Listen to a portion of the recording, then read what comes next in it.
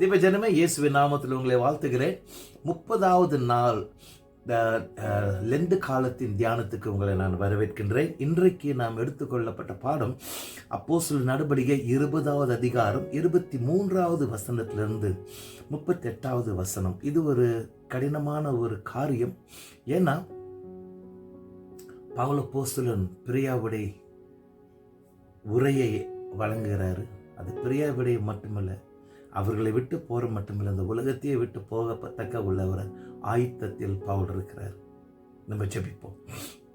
என் ஆண்டவராகிய கர்த்தாவே, பிரிவினை எப்பொழுதும் ஒரு பயங்கரமான சோகத்தை உண்டு பண்ணும். ஒரு அருமையான ஒரு ஊழியக்காரர் உமக்கென்று தன்னுடைய வாழ்க்கையை கொடுத்துட்டு இன்றைக்கு ஒரு பிரியா விடைக்கு போறாரு. அதை நம்ம தியானிக்கிற நேரத்தில் எந்த காரியத்தை நான் கற்றுக்கொள்ள வேண்டும், நாங்கள் எடுத்துக்கொள்ள வேண்டும் என்பதை பரிசுத்த ஆவியானவர் எங்களோடு கூட வந்து கற்றுக் கொடுக்க ஜெபிக்கிறோம். உம்முடைய நாமம் மகிமை அடைய எங்களை வழி நடத்தும் இயேசுவின் நாமத்தில் ஜெபிக்கிறோம் தகப்பனே, ஆமென். தேவஜனமே, மரணம் என்ற காரியம் நிச்சயமாய் வருது. அப்ப நம்முடைய நண்பர்கள், நம்முடைய குடும்பம், அவர்களோடு கூட என்ன காரியத்தை சொல்லும், கடைசி வார்த்தைகள் என்னவா இருக்கும்? இன்றைக்கு பவுல் அப்போஸ்தலனுடைய வார்த்தைகளை நாம் தியானிக்க போகிறோம். இது ரெண்டும் பவுல் அப்போஸ்தலன் மிகவும் நிதானமாக இருக்கிறாரு. அவருடைய ஊழியத்தின் முடிவு, அவருடைய வாழ்க்கையின் முடிவு சமீபமாக இருக்கின்றது. கூட ஊழியம் செய்து கொண்டிருக்கிற மக்களோடு கூட இன்றைக்கு அவருடைய நோக்கத்தை, ஊழியத்தின் நோக்கத்தையும், தன்னுடைய ஊழியத்தை குறித்து என்ன காரியம் செய்ய வேண்டும் என்று தலைவர்களுக்கு ஆலோசனை கொடுக்கிறது நம்ம பார்க்கிறோம். இது பவுல் அப்போஸ்தலனுடைய பிரியா விடையின் உரை. சரிங்களா?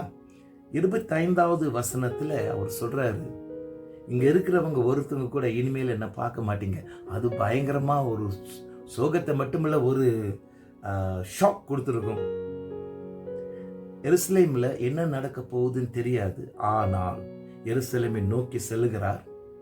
ஒரு காரியம், பரிசுத்த ஆவியானவர் ஒவ்வொரு இடத்துல ஊழியம் செய்யற நேரத்தில் அடிக்கடி பவுல் அப்போஸ்தலர் ஆவியானவர் சொல்றாரு, நீ அங்க எருசலேமுக்கு போற, உன்னை அரெஸ்ட் பண்ணுவாங்க, உனக்கு பயங்கரமான சிக்ஷை நாட்கள், ஆபத்தான நாட்கள் காத்திருக்கிறது என்று அவருக்கு நல்லா தெரியும்.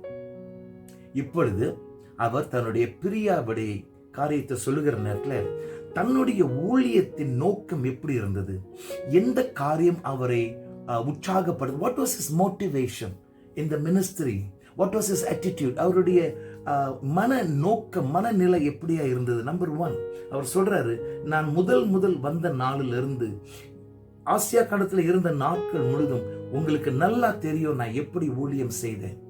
A transparent life, மிகவும் வெளிப்படையான ஒரு வாழ்க்கை வாழ்ந்தார். நம்பர் 2, ஆண்டவரை மிகவும் தாழ்மையோடு கூட கண்ணீரோடு கூட நான் அவருக்கு ஊழியம் செய்தேன்.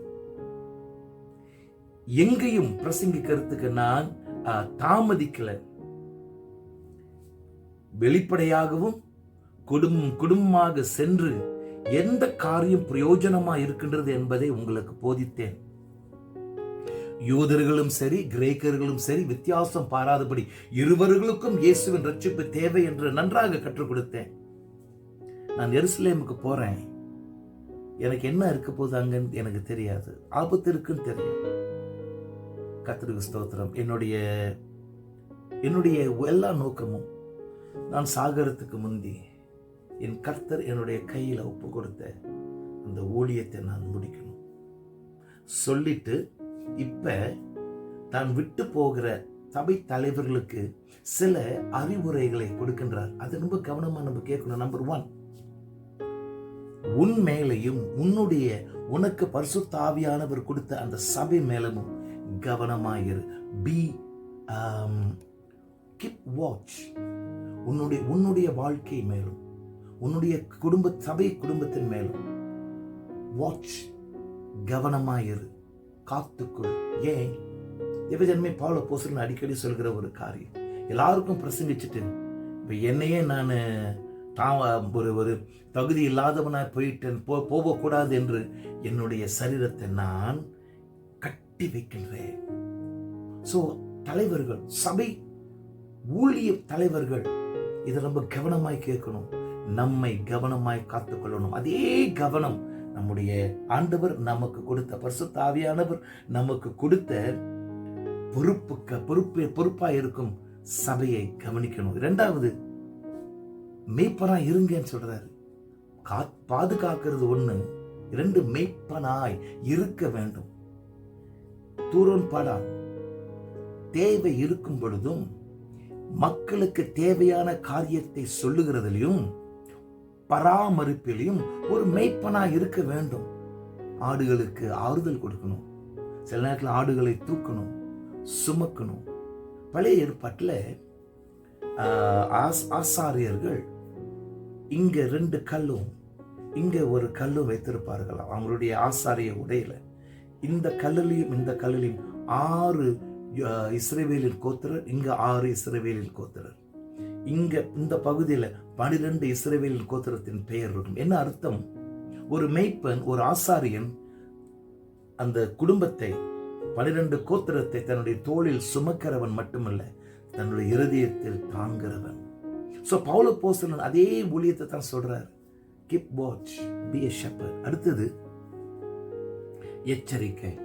நம்ம மத்தியிலேயே, இன்றைக்கு நம்ம மத்தியிலே இருக்கிறவர்கள் ஒரு நாள் உன்னை எதிர்த்து வந்து நம் சீஷர்களை தனக்கண்டு எடுத்துக்கொண்டு போயிடுவார்கள். கவனமாயிரு, எச்சரிக்கை. அடுத்தது பி ஆன் கார்ட். இப்படிப்பட்ட ஆபத்து வருகிறதா இருக்கனால நீ ரொம்ப கவனமா இருக்க வேண்டும். உங்களை தேவனுக்கும் அவருடைய கிருபைக்கும் ஒப்பு கொடுக்கிறேன். Praise God. இது ஒரு அப்பா இருதயம் தான் சொல்ல முடியும். அனுபவத்தில் அடிபட்டு உதப்பட்டு எத்தனையோ விதமான கஷ்டத்தில் போனவர் அவர் சொல்றாரு, ஐயா போதகர்களே, ஐயா திருச்சபை தலைவர்களே, உங்களை தேவனிடத்தில் ஒப்பு கொடுக்கிறேன். தேவனுடைய கிருபை வார்த்தைக்கு, the word of God's grace, ஆண்டவருடைய கிருபை நிறைந்த வார்த்தைக்கு ஒப்பு கொடுக்கிறேன் என்று சொல்லுகிறார். கர்த்தருக்கு ஸ்தோத்திரம். நான் தொடர்ந்து நிறுத்தாதபடி இரவும் பகலும் உங்களோடு கூட கடுமையாய் உழைத்தேன். அது ஞாபகத்தில் இருக்கட்டும். கடுமையான உழைப்பு. தேவ ஜனமே, ஊழியத்துல எதையும் எளிதானது அல்ல. ஜபம் எளிதானது அல்ல, ஆராதனை எளிதானது அல்ல. கர்த்தருடைய பரிசுத்த ஆவிக்கு காத்திருந்து வெளிப்படத்தில் பெற்றுக்கொள்கிறது எளிதான காரியம் அல்ல, கடுமையான காரியம், வேர்வை சிந்த வேண்டிய காரியம். ஊழியத்தில் இருக்கிற சகோதர சகோதரிகளை ஸ்மார்ட் ஒர்க்கிங் சொல்லுவாங்க.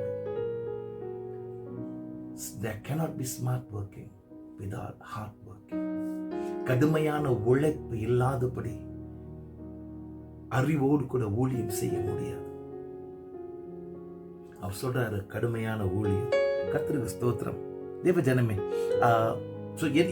அவர் சொன்னதுல கொஞ்சம் சுருக்கி சொல்ல வேண்டியது ஒண்ணு, ஊழியத்தை குறித்து அவருடைய நோக்கம் ஒன்று என்ன? உண்மையா இருப்போம், வெளிப்படையான எந்த ஒரு மறைவில்லாதபடி இருப்போம். மூன்றாவது, கடுமையாய் உழைப்போம். தலைவர்களுக்கு கொடுத்த சில இன்ஸ்ட்ரக்ஷன்ஸ், சில வழிமுறைகள். நம்பர் 1, உன்னை குறித்தும் உன்னுடைய சபையை குறித்தும் கவனமாயிரு. 2வது, மெய்ப்பனாயிரு. 3வது, எப்பொழுதும் எச்சரிக்கையாயிரு. இந்த காரியத்தை நாம் எடுத்துக்கொள்வோம். அப்புறம் என்ன நடக்குது? செய்தி முடிஞ்சிருச்சு, எல்லாம் முட்டிக்கால் போட்டு செபிக்கிறாங்க. ஜெபத்தில் எல்லாரும் அழுகிறாங்க. ஏன்னா எங்க ஐயாவை இனி பார்க்க மாட்டோம், எங்க ஐயாவை இனி நான் பார்க்க மாட்டோம். பவுலும் அழுகிறார். என்னுடைய மக்கள் ஊழியத்தில் வந்த கனியில் இனிமேல் பார்க்க மாட்டேன், அழுகுறாங்க. தேவ ஜனமே, தேவனுடைய ராஜ்யத்தில் என்ன காரியம் நடந்தாலும் ஆராதனை, ஜபம் எப்பொழுது நம்மை ஒன்றுபடுத்தணும். எந்த இதுலையும் கொஞ்ச நேரம் ஐக்கியப்பட்ட ஆராதனை இருக்கணும், ஜபம் இருக்கணும். அப்படிதான் செய்யறாங்க. ஜபிச்சுட்டு கப்பல் துறைமுகம் வரைக்கும் போயிட்டு அவருக்கு பிரியாவுடை பாபாய் சொல்லிட்டு இருக்காங்க. சில காரியங்கள் நம்ம சிந்திக்க வேண்டிய காரியம். நம்பர் 1, ஆண்டவர் நமக்கு கொடுத்த ஊழியத்தை குறித்து எப்படிப்பட்ட நோக்கம் நமக்கு இருக்குது? சொன்னதை செய்வோம் அப்படின்னு இருக்குமா? இல்ல, பரிசுத்த ஆவியானவர் மகிமையடைய அவருடைய வழிநடத்தலில் நான் செய்வேன். உண்மையாய், வெளிப்படையாய் தாழ்மையாய் செய்கிறது நல்லது. இரண்டாவது, பவுல் அப்போஸ்தலன் பலவிதமான இன்ஸ்ட்ரக்ஷன்ஸ் கொடுக்கிறார். இன்றைக்கு நம்முடைய தலைவர்களாக இருக்கும் பாஸ்டர்மார்கள், டிஸ்ட்ரிக்ட் சூப்பரிண்டெண்டர்கள், நம்முடைய பிரசிடென்ட் என்ன இன்ஸ்ட்ரக்ஷன் நமக்கு கொடுக்கிறாரு? சில வார்த்தைகள், கீப் வாட்ச் ஓவர் யுவர்செல்ஃப், உன்னை குறித்து கவனமாயிரு, உன்னுடைய சபையை குறித்து கவனமாயிரு. மெய்ப்பனாயிருப்பது, தேவனுடைய சபையை மெய்ப்பனாயிருப்பது, கவனமாயிருப்போம். உழைப்போம், கடுமையான உழைப்பு. கர்த்தருக்கு ஸ்தோத்திரம். இந்த வார்த்தையை என்னை பொறுத்த வரைக்கும் நான் நினைக்கிறேன், இந்த வார்த்தையை பவுல் அப்போஸ்தலன் மிக ஜெபத்தோடு கூட ஆயத்த பண்ணி மிக தாழ்மையாய் மக்களோடு கூட பகிர்ந்து கொள்வார். நாம் கற்றுக்கொள்ளும் ஒரு பக்குவத்தில் இந்த காரியத்தை கொண்டோம் என்ன, நம்முடைய ஊழியத்தில் ஆண்டவர் மகிமை அடைவார். அவரோடு கூட தொடர்ந்து பங்காளியாக இருந்து தேவனுடைய ராஜ்யத்தை நாம் பெருக்கலாம். ஜெபிப்போம். என் ஆண்டவராகிய கர்த்தாவே, 2000 ஆண்டுகள் ஆனாலும் பவுல் அப்போஸ்தலன் பிரியாவிடை காரியங்களை சொல்லும் பொழுது மனசுல ஒரு சோகம் வருது. எங்களுக்கும் ஒரு நாள் வரும், இந்த உலகத்தை விட்டு பிரியும் நாட்கள் வரும். உம்மை துதிக்கிறோம். அதுவரை பவுல் அப்போஸ்தலன் சொன்னது போல உண்மையாய், உத்தமமாய், மன நிறைவோடு கூட எந்த மறைமுகமான காரியம் இல்லாதபடி தாழ்மையோடு நீர் கொடுத்த ஊழியத்தை செய்து முடிக்க கிருபை தாங்கப்பா. உம்முடைய வார்த்தையின் கிருபை எங்களை வழிநடத்தட்டும். ஸ்தோத்திரம் ஆண்டவரே. கடுமையான உழைப்பு, தாழ்மை, ஜெபம் நிறைந்த எச்சரிக்கையோடு கூட நீர் கொடுத்த பொறுப்பை நாங்கள் பொறுமையோடு கூட கடைபிடிக்க கிருபை தர வேண்டும் என்று இயேசுவின் நாமத்தில் ஜெபிக்கிறோம் தகப்பனே.